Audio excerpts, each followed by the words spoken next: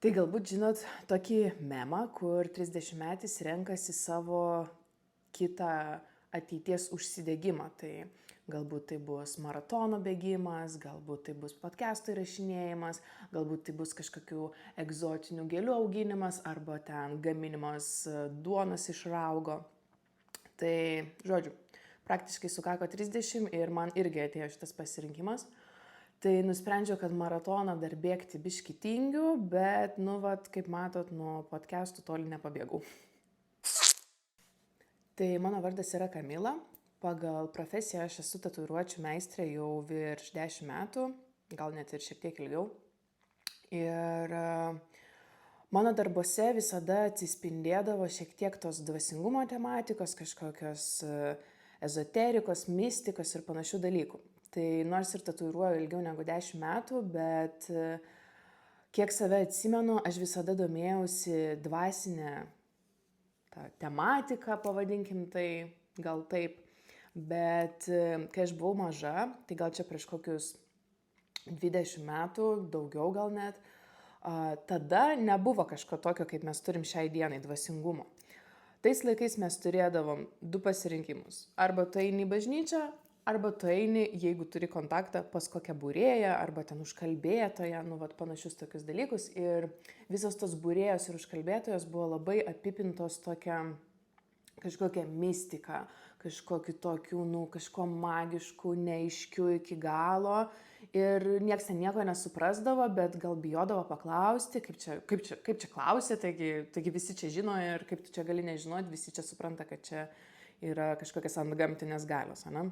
Ir šiai dienai mes turim visiškai kažką kito, mes turim visą dvasingumo nišą, kur yra be galo daug mokytojų, be galo daug gurų, be galo daug coacherių, be galo daug visokiausio plauko žmonių, kurie kažką veikia toje dvasinėje sferoje. Ir pasirinkimo yra tikrai daug. O kaip pasirinkti? Čia jau yra kitas klausimas. Kadangi per tuos metus aš matau, kaip užaugo šitas atskiras pasaulio gabalas, susijęs su dvasingumu, kaip jisai transformavosi per mano gyvenimą, vien tik kaip aš mačiau, aš nusprendžiau ir pamačiau, kad šiais laikais yra dvasingumo nišai labai daug neaiškumo. Ir taip gimė šitas podcastas Dvasinė mišrainė. Gal net žinot tą jausmą, kai ateini pas močiutę ten per kokias šventės ir matai tą mišrainę ir turi rėkti, močiutė, tai čia su mėsa, ar čia be mėsos, aš nematau, ar čia nesuprantu, nes majonezo ten tiek privaryta, kad tu nebematai ingredientų ir net nesupranti, morka, ten dešra, kas tas yra.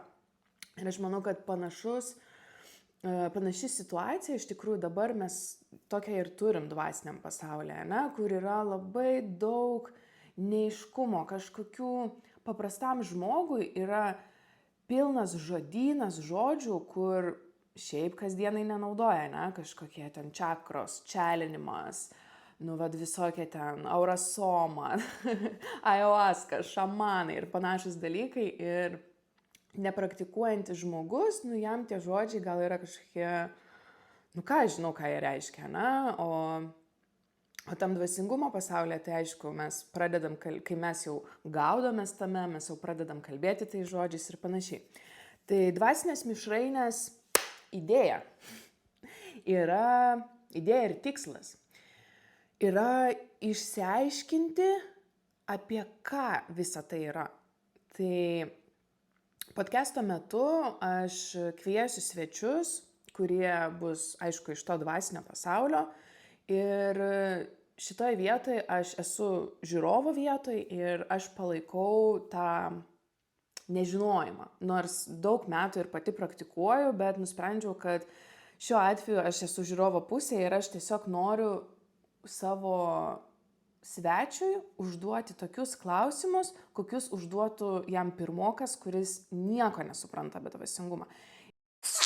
Ir dvasinės mišrainės tikslas yra išsiplauti šiek tiek tą majonezą, tą neaiškumą ir pamatyti, kokie ingredientai eina į tas salotas, į tą mišrainę. Noriu gal pabrėžti irgi, kad dvasinės mišrainės tikslas nėra visų pirma reklamuoti dvasinius mokytojus.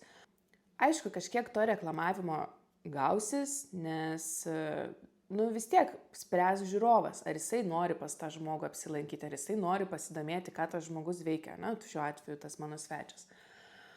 Bet noriu pabrėžti, kad pirmoji vietoje labiausiai norėtųsi žmogų informuoti, o tai kas tas rebefingas, kas ta ayahuasca, kas tie moterų ratai, kas tai yra, apie ką tai kalba, nes vienas dalykas yra pamatyti kažkokį renginį Facebook'e ir su antrašte moterų ratas ir nesuprasti, apie ką tai yra.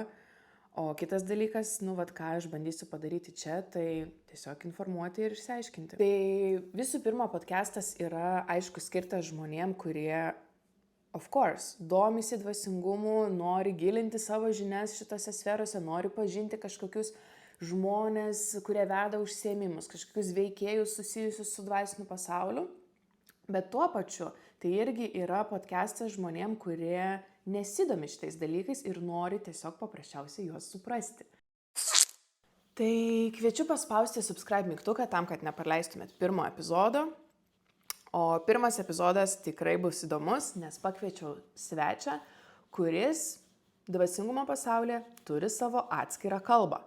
Kokia tai kalba, ar ją įmanoma susišnekėti, ar ją įmanoma užrašyti, visą tai sužinosim jau pirmam epizode. Tai likite su Dvasinė mišrainė, nepamirškite paspausti to subscribe mygtuko ir iki pasimatymo.